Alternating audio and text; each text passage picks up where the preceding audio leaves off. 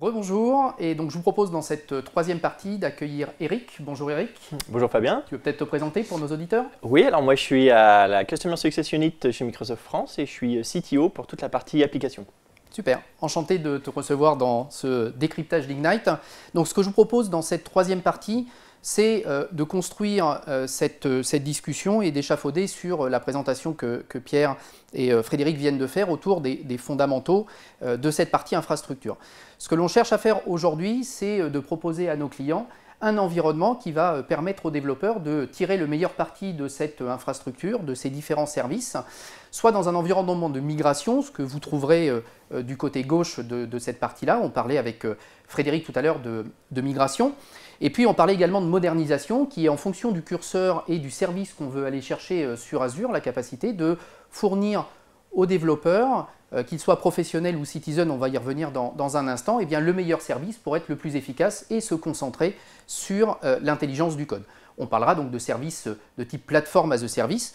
Comme vous le voyez sur ce transparent, on parlera forcément de containerisation, qu'il soit managé par Microsoft, on y reviendra tout à l'heure avec une grande annonce d'Ignite, ou que vous ayez complètement la main sur cette infrastructure. Les services PaaS, des services sur étagère, et là on parlera de container as a service, de fonction as a service, de serverless. Et puis vous voyez que dans la partie droite du transparent ici, on va offrir également la possibilité, soit dans un environnement dédié low-code, no-code, soit dans un environnement unifié et proche des développeurs professionnels, eh bien fournir des services qui vont permettre notamment de consommer les services développés par les développeurs pro et de les exposer pour les utiliser plus facilement dans du low-code ou dans du no-code. Mais cette même flexibilité de choix qui existe au moment de moderniser ou de migrer vers le cloud, ou même de développer en cloud native, eh bien, se retrouve également sur la partie data sous-jacente et sur l'environnement dev et DevOps qui va permettre, quel que soit, on le voyait dans le chapitre hybridité juste avant, d'exécuter ces différentes charges de travail, qu'elles soient dans le cloud, de manière on-premise ou quelque part si on parle de multi-cloud ici.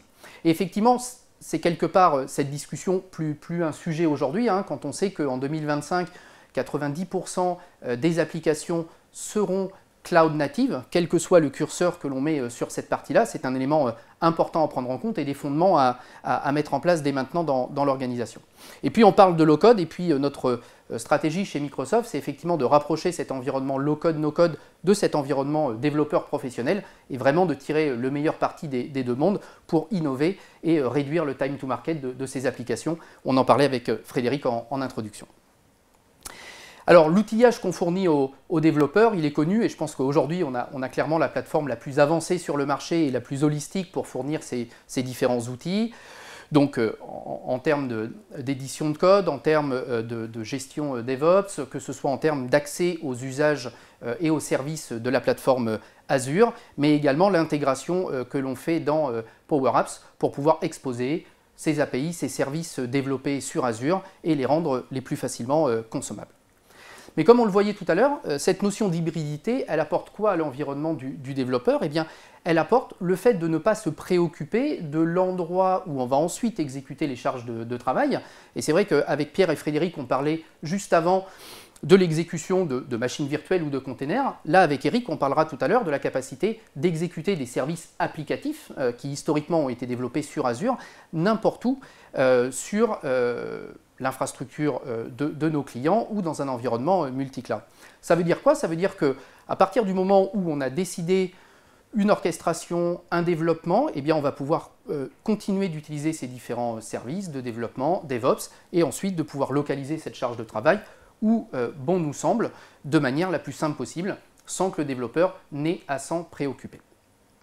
Alors beaucoup d'annonces autour de l'outillage pour les développeurs ou autour du DevOps pendant cette Ignite ou dans un timing resserré autour de l'Ignite. Donc j'en ai noté quelques-unes ici et je vous laisserai les consulter de manière un petit peu plus détaillée, mais autour de GitHub notamment. J'ai retenu ici CodeSpace, la capacité d'instancier pour un développeur un environnement de testing, de debug dans le cloud de manière quasiment instantanée pour pouvoir faciliter ces développements applicatifs. Et puis Copilot, GitHub Copilot, mon petit chouchou ici, pour effectivement introduire de l'intelligence artificielle et aider nos développeurs à être le plus efficace et le plus productif possible. Toujours dans cet environnement de développement, l'IDE VS Code disponible aujourd'hui sur le web, .NET 6 qui termine la convergence des frameworks .NET entamés il y a quelques mois maintenant, Visual Studio 2022 avec également une innovation IntelliCode et l'arrivée de l'intelligence artificielle. L'intégration à Power Platform, je vous en parlais, et puis l'avant-dernier, la partie Chaos Studio qui va permettre d'introduire dans une architecture applicative un certain nombre de faults, d'erreurs, qu'elles soient de composants Azure qui viendraient en défaut ou d'environnement externe, permettant de tester la résistance de l'application, de la simuler et donc de l'améliorer, de la rendre hautement disponible pour répondre à différentes problématiques. Mais comme on l'a vu, l'exécution et l'hybridité permet aussi d'aller chercher un endroit géographique, une région Azure, un autre environnement cloud hyperscale ou un environnement on-premise pour exécuter les charges de travail. Et les charges de travail, c'est effectivement mon application, mais ça peut être également de la data, de l'intelligence artificielle. On y reviendra à 11 h avec mes collègues dans la deuxième session. Donc là, avec Eric, ce que l'on vous propose, c'est de décoder plus précisément quelques-unes des annonces d'Ignite. Eric reviendra notamment sur toutes les innovations autour d'AKS, notamment dans le but de simplifier l'architecture microservices et de pouvoir proposer plus simplement la communication entre ces différents composants notamment. On y reviendra tout à l'heure. On parlera aussi beaucoup d'exposition de l'API, des différentes API avec la partie API Management. L'arrivée de l'environnement OpenAI qui permet aux développeurs aujourd'hui de pouvoir consommer ces services cognitifs sur étagère et d'améliorer de la reconnaissance de texte, de la reconnaissance de langage ou de travailler sur d'autres services de résumé. On y reviendra à partir de 11 h. Pas mal d'innovations également sur Java, qu'on ne traitera pas en détail ce matin, mais je vous invite, pour ceux qui sont concernés par l'environnement Java Enterprise Edition, d'aller voir ce qui a été annoncé un petit peu avant Ignite sur Spring Cloud, et puis plus récemment pendant Ignite, la disposition dans le marketplace Azure de WebLogic et de WebSphere, tout ça sur un environnement containerisé pour pouvoir plus rapidement déployer cette infrastructure prêt à recevoir les services Oracle ou IBM. Et puis, on parlera, je pense, beaucoup d'App Service, puisque un des vrais éléments que je ne dévoile pas ici est autour effectivement de l'évolution de la gestion des containers sur Azure. Eric nous en parlera dans quelques instants. Voilà, donc c'était pour résumer de manière assez rapide les différentes annonces d'Ignite autour de l'environnement Dev, DevOps et des services applicatifs. Et ce que l'on vous propose maintenant, c'est de rentrer un petit peu plus dans le vif du sujet, en commençant par la partie API Management. Avec Eric. API Management, exactement. C'est vrai que souvent, c'est la partie frontale que l'on voit de ton application. Jusqu'à présent, ça faisait du SOAP et du REST comme type d'API.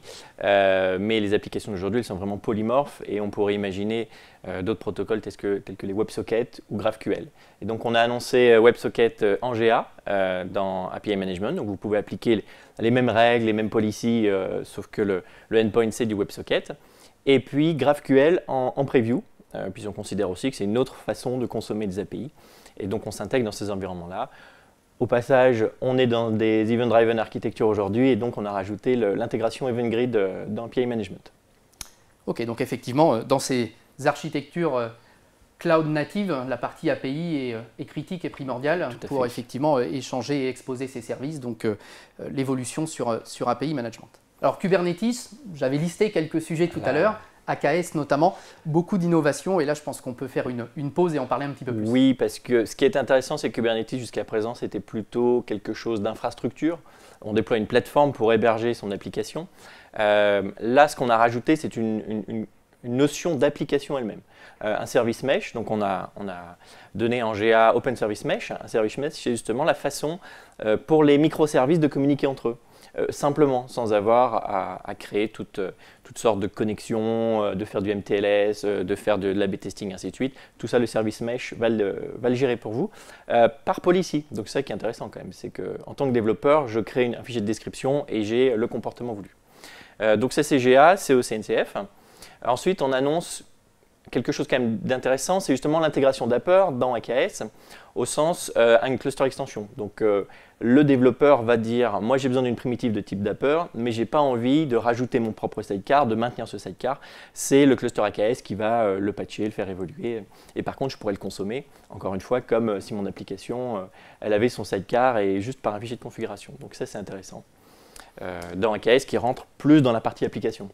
Voilà, donc effectivement, on simplifie l'accès à l'infrastructure, à la gestion des containers, en exposant plus facilement pour les développeurs ces différents environnements. Exactement. Que ce soit sur Service Mesh ou Dapper. Oui. Et alors, la grande annonce quand même d'Ignite, cette fois-ci, c'est je suis développeur, j'ai besoin de développer une application microservice sous format conteneur et j'ai pas envie de toute la complexité d'un AKS. Et ben on a une réponse maintenant, c'est Azure Container App. Alors Azure Container App est en preview parce qu'on est en mode customer-centric, donc on imagine des hypothèses, on vous les soumet, vous testez, on corrige, on améliore.